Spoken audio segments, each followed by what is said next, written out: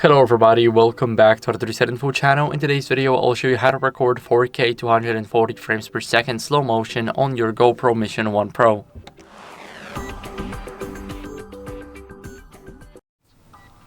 So first, what are we going to do is we're going to switch our mode. So we're going to scroll to the right. Now here, what are we going to do is we're going to go to slow-mo. And we're going to simply select it again, go to manage modes, click three dots on it, click edit settings. And here you can just switch to 4K 240 frame rate. Also a lot more options here like digital lens and etc, like colors.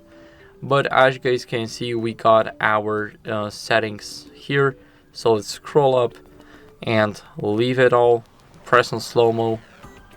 And now as you guys can see, we got slow-mo 4K 240 frames per second. Now you can start recording, and that's how you guys can do it. So thank you for watching. If you enjoyed this video, make sure to leave a like, subscription, and a comment, and I'll see you in the next one. Bye.